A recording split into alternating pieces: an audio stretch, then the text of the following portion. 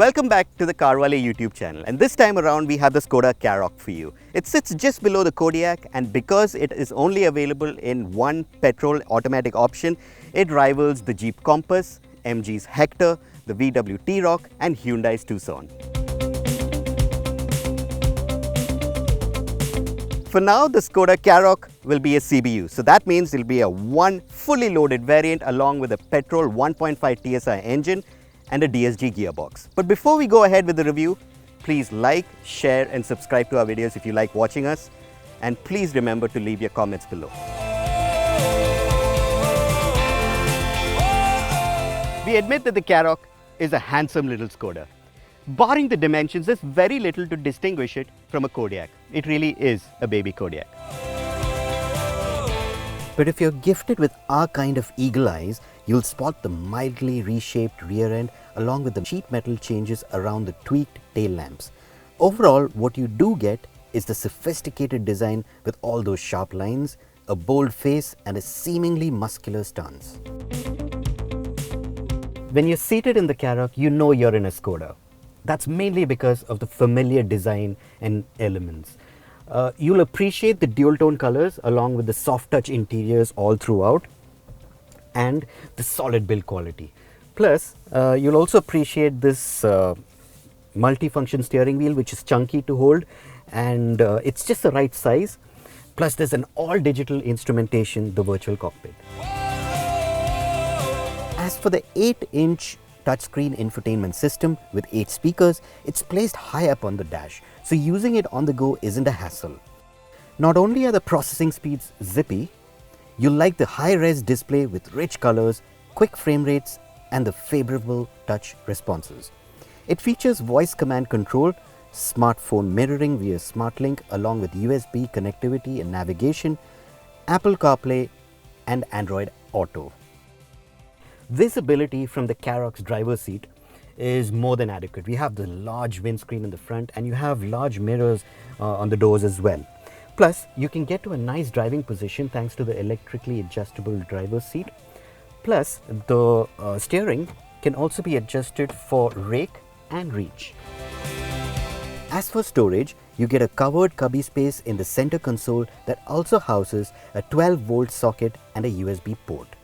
Plus, the center armrest slides backwards to open up a large storage space, part of which has its own removable compartmental shelf. Then, there's the large and deep door pads, a dash top storage with a lid, and a reasonably sized cooled glove box.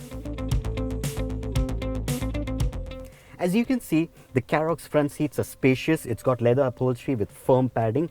There's lots of lateral support and lumbar support as well. Plus, there's lots of headroom and shoulder room for that matter.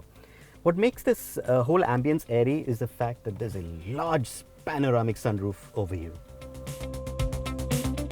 The rear bench with a 60-40 split backrest has flatter contours and comes with a favorable backrest angle, but it can't be adjusted. That aside, there's ample legroom, knee room and footroom, but we'd have loved some more thigh support. Nevertheless, seating 3 average-sized adults should be also fine, despite the high center tunnel and rather flat cushioned center backrest. There's lots of headroom and the cabin feels even more airy when the shades to the panorama sunroof are opened. The Karoq's boot space is a rather squarish enclosure. It can easily take 3 medium-sized suitcases or your wife's groceries and shopping bags. And if you still want more, you can yank at these levers and these seats will fall almost flat. But the best part about this boot is the loading lip. It's not very far off the ground, so you don't have to lift your luggage that much to get it in.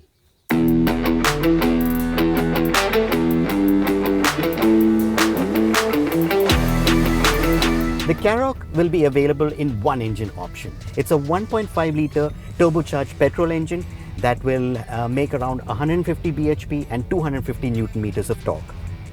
Now, power will be sent to the front wheels via a 7-speed DSG transmission, and for most of the part, the engine is silent, be it whether you're puttering inside the city or even idling. Off the mark, it picks up pace effortlessly in a rev-happy manner. I'd be lying to term this an absolutely linear power delivery, because you'd have to be blind not to notice the turbo go on boost. And that's a nice feeling. It dashes forward swiftly, and it's only when the virtual cockpit, read all digital instrumentation, tells you that you've nudged triple-digit speeds that you shrug in momentary disbelief. So yes, you can move around in traffic with hardly any effort, and when you really need some go, all you have to do is nudge the throttle. And you'll get past everybody else in a jiffy. And that's in D mode. Now a steady foot on the throttle will allow the gearbox to quickly upshift, and getting off the throttle altogether will have the gearbox upshift a few cogs to keep the engine in the optimum RPM range for the speed being driven at. So what's S mode for? You guessed right. The gearbox clings on to a lower gear at all times to give you the best responses. So it feels lively all the time. However, this is the only instance when you constantly get to hear the engine in the background. Being a Skoda has a reputation, and being synonymous with speed is one of them. So we pulled out our V-Box and put the Karoq to the test. And we have to say that it came back with interesting results. While the Jeep Compass was a fraction of a millisecond quicker to 100 kilometers per hour, the Karoq smoked it by almost 1.5 seconds in the 20 to 80 km per hour run in kickdown, which makes it a great tool for overtaking. With a light and accurate steering, the Karoq is easy to maneuver within the city. However, with 2 3/4 of turns from lock to lock, there is a little bit of arm work needed when you're driving inside tight confines. As for the ride quality at low speeds, the Karoq's damping tilts slightly to the firmer side. But having said that, it offers a soft edge over the harsher bumps. Although this characteristic gives the Karoq an absorbent ride as it picks up speed, there is a tendency for it to nosedive under hard braking and also give away low-frequency vertical movements over undulations. But we have to admit that for those who appreciate comfort, the Karoq will certainly satisfy. The Karoq might fall short on some of the gizmos or maybe even the rear legroom space when compared to the competitors. However, it becomes hard to justify the 31 lakh on-the-road Mumbai price, which makes it the most expensive in its segment.